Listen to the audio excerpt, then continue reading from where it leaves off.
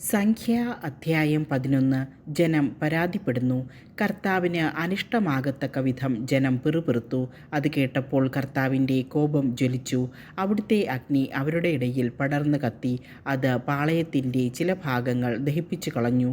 ജനം മോശയോട് നിലവിളിച്ചു. അവൻ കർത്താവിനോട് പ്രാർത്ഥിച്ചു. അഗ്നി ശമിക്കുകയും ചെയ്തു. കർത്താവിൻ്റെ കോപാഗ്നി അവരുടെ ഇടയിൽ ജ്വലിച്ചതിനാൽ ആ സ്ഥലത്തിന് തബേര എന്ന പേരായി. ഇസ്രായേല്യരുടെ ഇടയിൽ ഉണ്ടായിരുന്ന അന്യവർഗക്കാർ ദുരാഗ്രഹങ്ങൾക്കടിമകളായി. ഇസ്രായേല്യരും സങ്കടം പറച്ചിൽ തുടർന്നു. ആരാണ് ഞങ്ങൾക്ക് ഭക്ഷിക്കാൻ മാംസം തരിക? ഈജിപ്തിൽ വെറുതെ കിട്ടിയിരുന്ന മത്സ്യം, വെള്ളരിക്ക, മത്തങ്ങ, സവോള, ചുവന്നുള്ളി, വെള്ളുള്ളി ഇവയൊക്കെ ഞങ്ങൾ ഓർക്കുന്നു. ഇവിടെ ഞങ്ങളുടെ പ്രാണൻ പോകുന്നു. ഈ മന്നയല്ലാതെ മറ്റൊന്നും കാണാനില്ല. മന്നായ്ക്ക് കൊത്തമ്പാലരിയുടെ ആകൃതിയും ഗുൽഗുലുവിൻ്റെ നിറവുമായിരുന്നു. ജനം ചുറ്റി നടന്ന് അത് ശേഖരിച്ച തിരികല്ലിലോ ഉരലിലോ ഇട്ട് പൊടിച്ച് കലത്തിൽ വേവിച്ച് അപ്പം ഉണ്ടാക്കിപ്പോന്നു. എണ്ണ ചേർത്ത് ചുട്ട അപ്പത്തിൻ്റേതു പോലെയായിരുന്നു അതിൻ്റെ രുചി. രാത്രി പാളയത്തിനുമേൽ മഞ്ഞു പെയ്യുമ്പോൾ മന്നായും പൊഴിയും. ഇസ്രായേൽ കുടുംബങ്ങൾ ഓരോന്നും സ്വന്തം കൂടാരവാതിൽക്കൽ ഇരുന്ന് വിലപിക്കുന്നത് മോശ കേട്ടു. കർത്താവിൻ്റെ കോപം ആളിക്കത്തി. മോശയ്ക്ക് നീരസം ജനിച്ചു.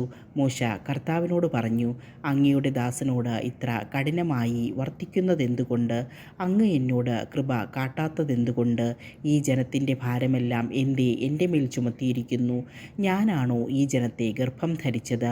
അവരുടെ പിതാക്കന്മാർക്ക് അവിടുന്ന് വാഗ്ദാനം ചെയ്ത ദേശത്തേക്ക് മുല കുടിക്കുന്ന കുഞ്ഞിനെ ധാത്രി എന്ന പോലെ മാറിൽ വഹിച്ചുകൊണ്ടു പോകുക എന്ന് എന്നോട് പറയുവാൻ ഞാനാണോ അവരെ പ്രസവിച്ചത്?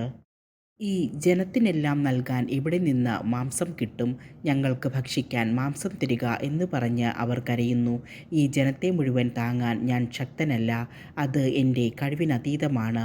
ഇപ്രകാരമാണ് അവിടുന്ന് എന്നോട് വർത്തിക്കുന്നതെങ്കിൽ കൃപ തോന്നി എന്നെ ഉടനെ കൊന്നുകളയണം.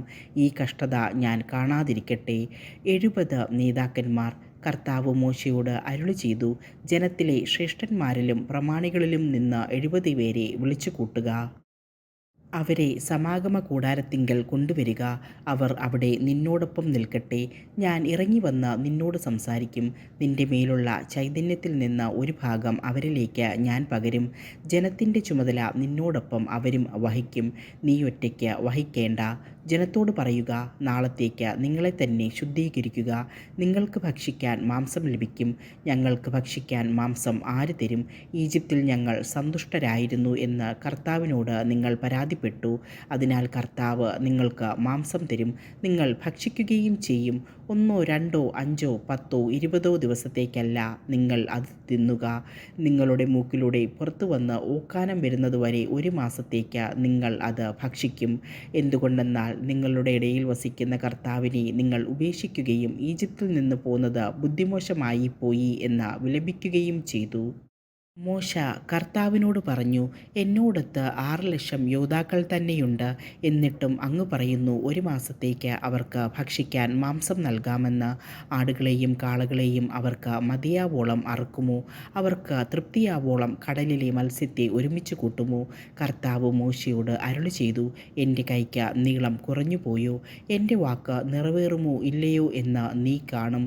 മോശ പുറത്തു ചെന്ന് കർത്താവിൻ്റെ വാക്കുകൾ ജനത്തെ അറിയിച്ചു. അവരുടെ നേതാക്കളിൽ നിന്ന് 70 പേരെ ഒരുമിച്ച് കൂട്ടി കൂടാരത്തിന് ചുറ്റും നിർത്തി.